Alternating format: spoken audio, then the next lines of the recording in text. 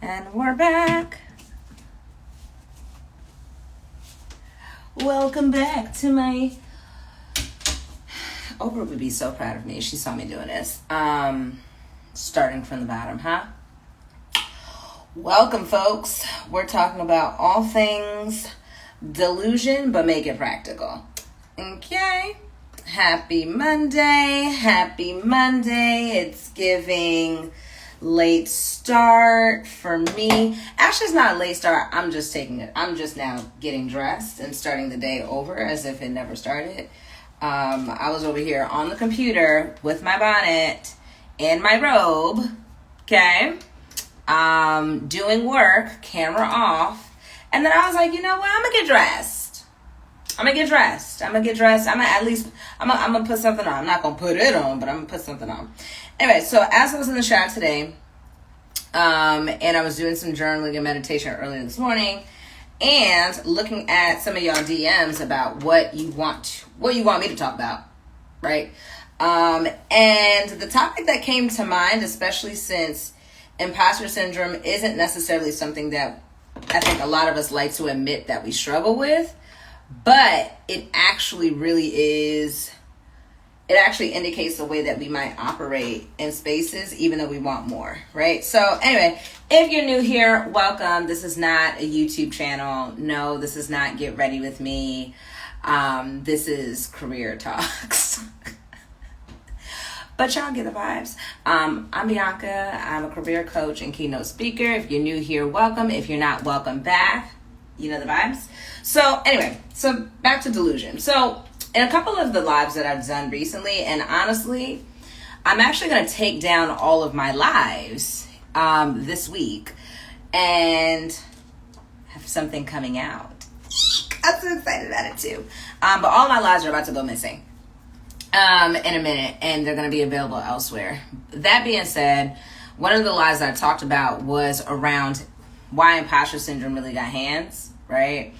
And as much as we'd like to believe that, you know, we've conquered one level of imposter syndrome, let's say in like a major life transition, you get a new job, you get a new man, you get a new coin, you get a new, you know, et cetera, at some point in time when you get positioned into something that's actually wildly uncomfortable, it comes back.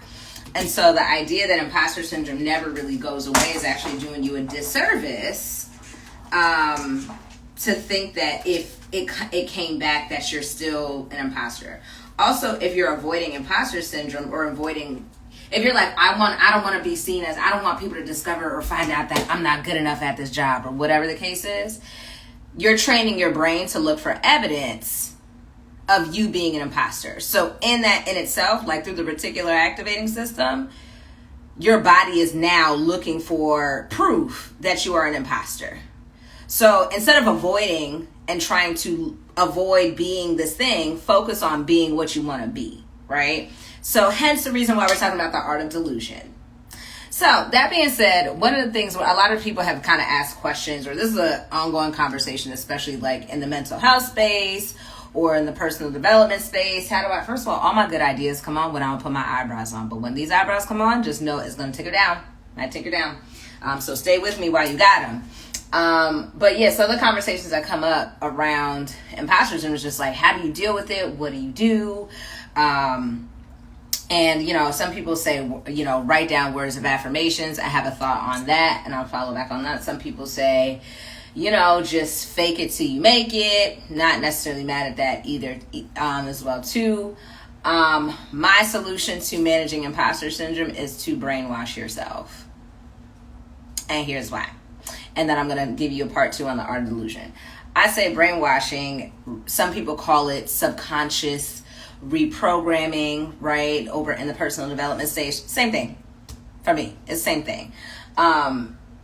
If you think about when someone says, hey, you know, you need to say words of affirmations when you're journaling, right? Set your day up strong.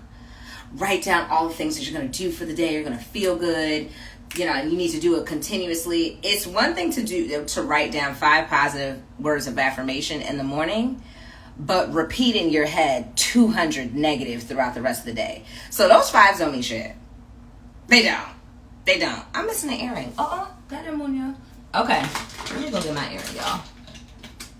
At least just ignore it. Yeah, but that if you write down 5 and you're still repeating in your brain, because your brain automates thoughts for you to operate efficiently throughout the rest of the day, right? So if you are like, it's not, your brain is not going to be like, Bianca, turn left so you can pick up your toothbrush. I'm just going to pick up the toothbrush. The same way that you're able to take some of these habitual actions, it still has the same framework for negative thought patterns, right?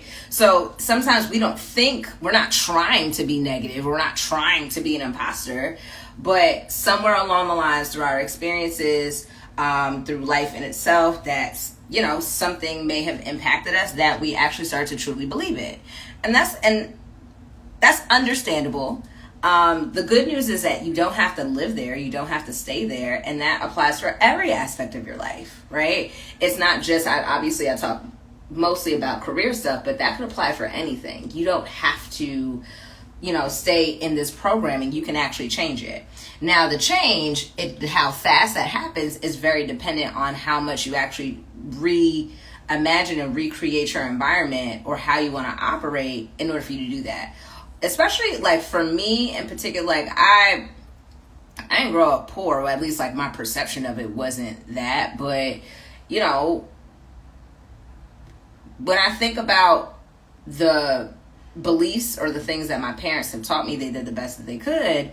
But for where I'm going right now, some of those things don't apply, right? And we're talking about things that I learned when I'm 8, 9, 4, 7. Like usually our development actually really goes from ages 4 to 11. Like we are probably mostly ourselves between that age frame. And so the good news is you get to change it. But now I'm talking about almost 32 years of me operating from certain belief patterns that I didn't even know was operating in the background. It's almost like an iOS. It's almost like an Apple device. So I say the most effective approach that has worked for me personally has been brainwashing.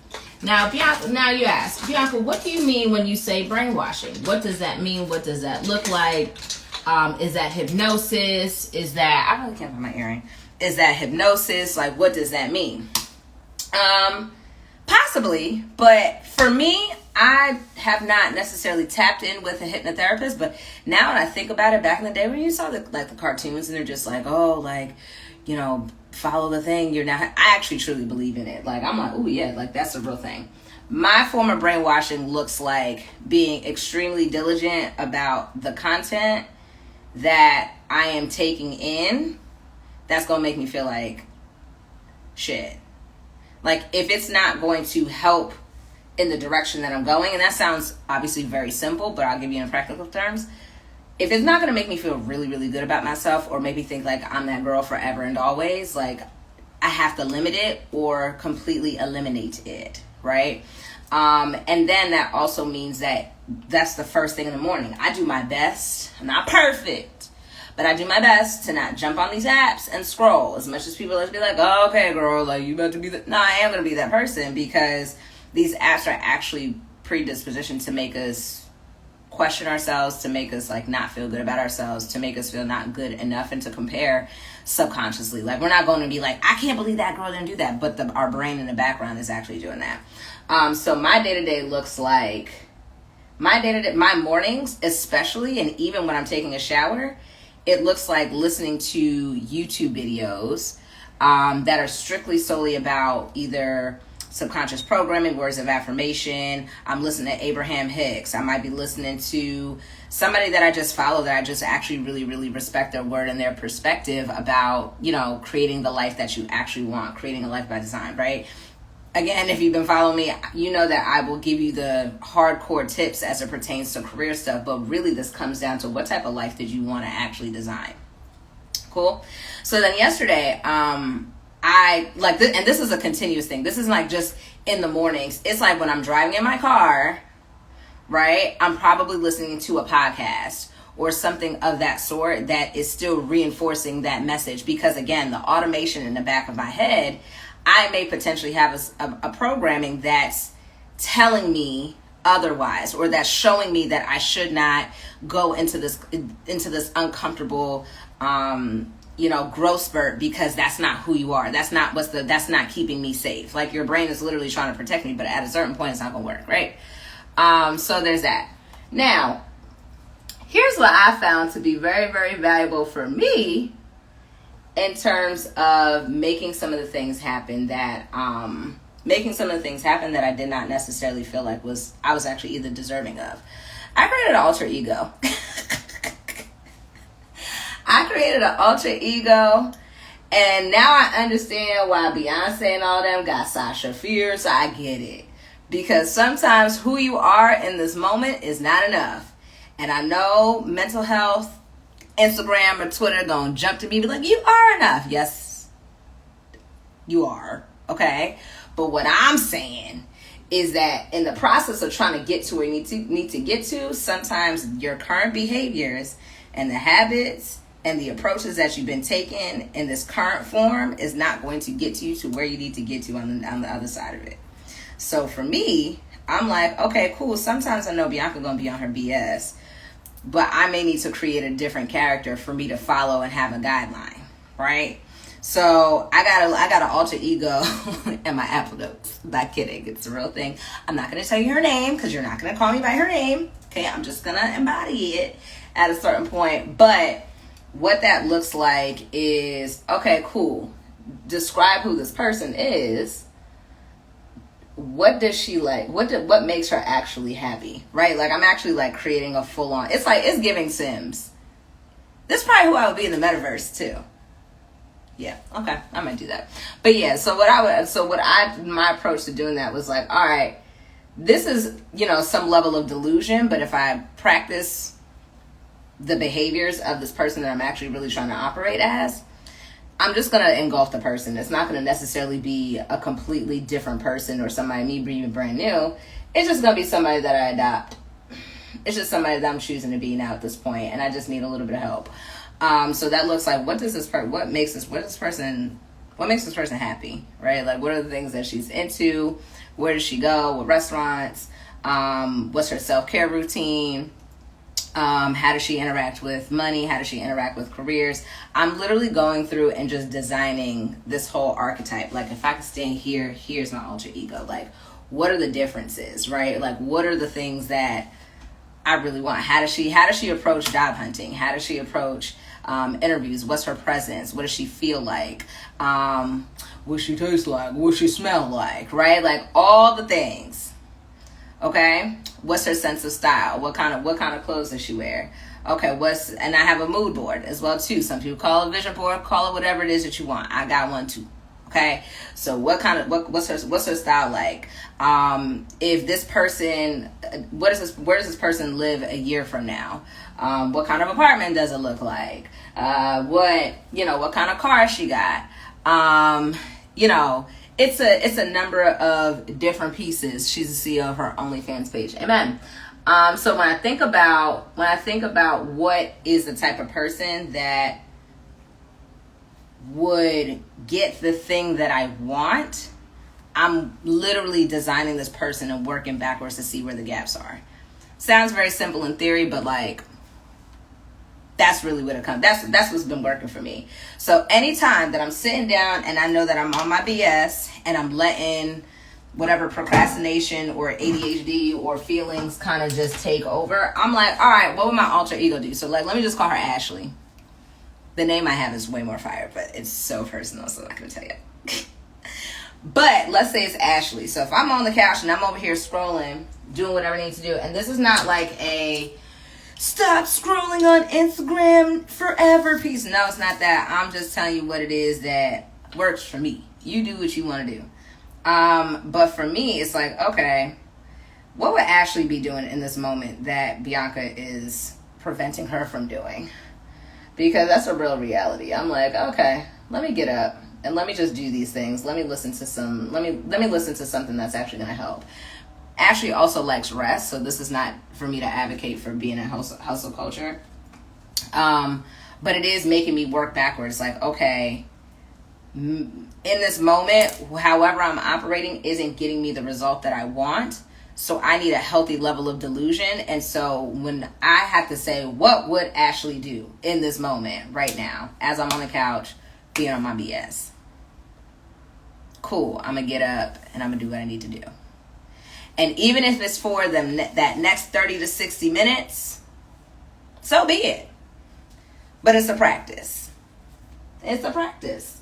So I think that is the focal point for me in terms of like a healthy level of delusion. I think especially for people that are of the world of being realistic, right? I think that when we think about some of those things where we're like, okay, like I want to be realistic about whatever it is the next chapter is. I want to, whatever it is, right? In that moment, your alter ego can actually just recalibrate the way that you operate as your regular self, right? Like that's really what that kind of comes down to. Okay, what else? Cool. Ashley would do X, Y, and Z. Okay, Bazillion actually would get away from the mirror. Ashley invest in others and children. Very nice. Yeah. So that's essentially what I wanted to talk to y'all about today, is having a healthy sense of delusion to yourself. Have a healthy sense of delusion to what it is that you want, because at a certain point, being realistic and being humble, or just trying to overthink your way over into the next chapter, the next journey, kind of isn't working for you. If you're getting results from it, like, fuck it, go off. But if not, then this is something else for you to consider. There's a very high likelihood that you are very much so repeating thought patterns over in your head that's not serving you, and you know that it's not serving you, but you're just so used to it. It's normal. It's just normal, right? You but Ashley would. I'm gonna just remove. All right, let's see what we got. Okay, yeah, if y'all have any thoughts, questions, etc., let me know what you're thinking. You know what I mean? Let me know what's up. Ashley also removes trolls. Like, what's going on over there? I should read that. Anyway, y'all don't be saying nothing in the chat. Y'all just be jumping in here. Y'all don't rock with me. Y'all hate me. Y'all hate me, but y'all love me, but y'all jump on here. Anyway, this is my quick live for the day. Oh, last pieces. There's a couple more updates that are actually coming on. So I am going to be doing lives, but I will no longer be saving them over onto my page. As I am building something really, really juicy. And it's really particularly for folks that are in corporate and they are looking to have resources, strategies, and tangible examples of how to operate in corporate America through corporate politics. So a lot of in that membership, I'm going to give y'all direct personal experience and examples, email threads, etc., and how to kind of navigate between that. So enjoy these lives while you can. Binge watch all the things.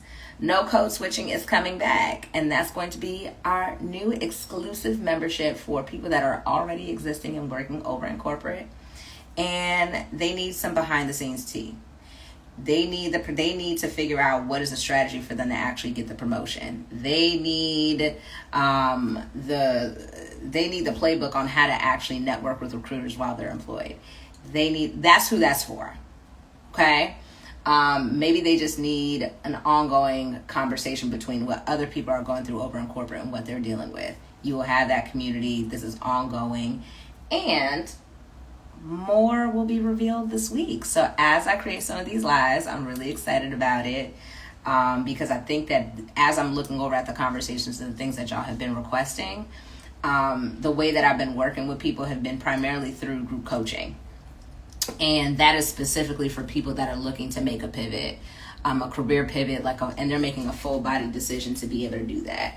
However, there are other people that are just like, hey, I'm not necessarily looking to make a pivot, but I'm really just trying to be successful, right? So I just want to be successful in the role. I want to make sure that I'm positioning myself to be autonomous. I want to make sure that I'm not surprised when I go over into performance reviews about if I'm going to get a promotion or not, because the biggest myth and the biggest lie of the century is that we should be going into performance reviews hoping that a promotion is there. You should go in there knowing.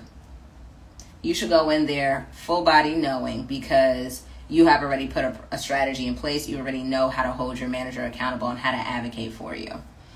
So I say all that to say, if that's something that you're like, okay, yeah, I need this for when I need to tighten up and when I don't have the group chat to hold me down, no code switching pre-sales will go on sale this week for that membership.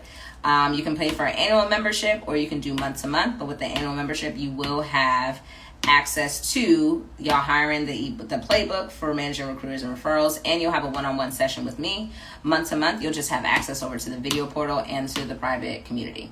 So if you with that, stay along over for tomorrow's live, as I will be announcing how to join on over into the wait list. And if you no questions, since none of y'all had nothing to say to me this entire time, I'm gonna let y'all go. But anyway, be delusional today.